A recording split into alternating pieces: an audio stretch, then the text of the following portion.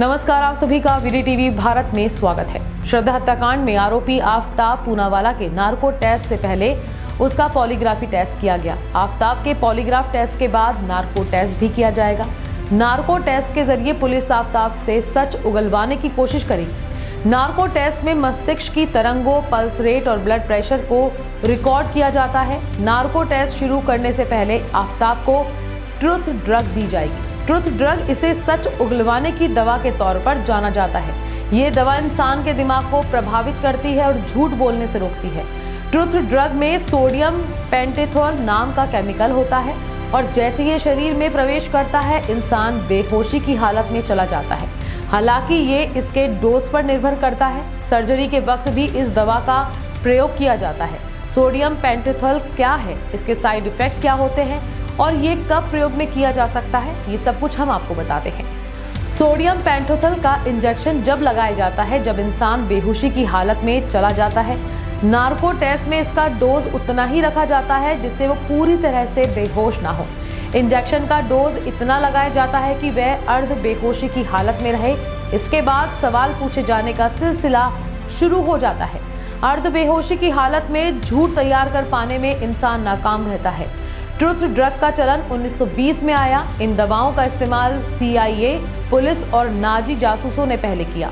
पूछताछ के अलावा अब भी इसका प्रयोग दवाओं के तौर पर भी होता है।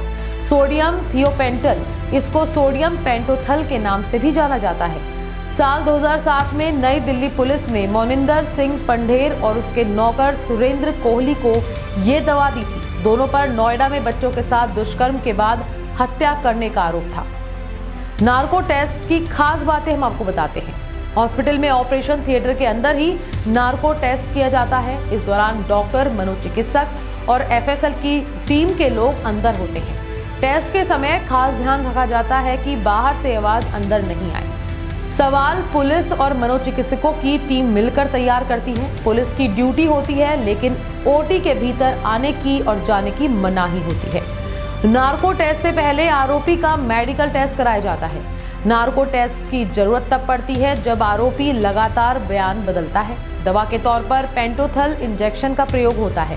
पेंटोथल इंजेक्शन में घटक के तौर पर थियोपेंटल सोडियम होता है। पेंटोथल इंजेक्शन का प्रयोग बेहोशी की दवा एनेस्थीसिया बनाने के लिए किया जाता है। एनेस्थीसिया नाम सुनते ही दिमाग में सर्जरी की बात चलती है। इसका प्रयोग इंट्राक्रैनियल प्रेशर को कम करने के लिए किया जाता है। पेंटोथल इंजेक्शन हॉस्पिटल में डॉक्टरों की मौजूदगी में हेल्थ केयर प्रोफेशनल्स की ओर से ही दिया जा सकता है। इस इंजेक्शन को लगाने से पहले विशेष देखभाल की आवश्यकता होती है। इस दवा के सेवन से इंसान को आराम से नींद आ जाती है। इस दवा का प्रयोग दर्द से राहत, बेहोश करने वाली मांसपेशियों को आराम देने और ब्लड प्रेशर को कम करने में भी इस्तेमाल किया जाता है। पेंटोथल के साइड इफेक्ट आपको बताते हैं। यदि किसी को अस्थमा या कार्डियोवास्कुलर बीमारी है तो पेंटोथल इंजेक्शन के इस्तेमाल से पहले डॉक्टरों को ये बात पता होनी चाहिए। इस दवा को ऐसे मरीजों को देते वक्त खास सावधानी की जरूरत होती है। इस इंजेक्शन के प्रयोग में दर्द, मिचली और उल्टी जैसी समस्या हो सकती है। इस दवा को लेने के बाद शराब न पीने की सलाह दी जाती है। इस दवा के प्रयोग से सुस्ती बनी रहती है। कई बार इसके प्रयोग से त्वचा पर निशान भी दिखाई पड़ते हैं। जिस किसी को ये दवा दी जाती है उसे गाड़ी नहीं चलाने दी जाती। इंजेक्शन वाली जगह पर कई बार लाल निशान दिखाई देते हैं। कई बार इसका प्रयोग खतरनाक साबित होता है, जैसे ज्यादा खुराक लेने से इंसान की जान भी जा सकती है। कई सेलिब्रिटीज जैसे मर्लिन मुनरो, जूडी गार्लैंड और जिमी हेंड्रिक्स की इसकी वजह से ही मौत हुई। साल 2011 से पहले तक अमेरिका में इसे बेहोश करने वाली दवा के तौर पर प्रयोग किया जाता, लेकिन उसके बाद अमेरिका में इसके इस्तेमाल पर रोक लगा दी गई। 2011 में ही इस दवा को बनाने वाली कंपनी ने इसके प्रोडक्शन पर रोक लगा दी थी।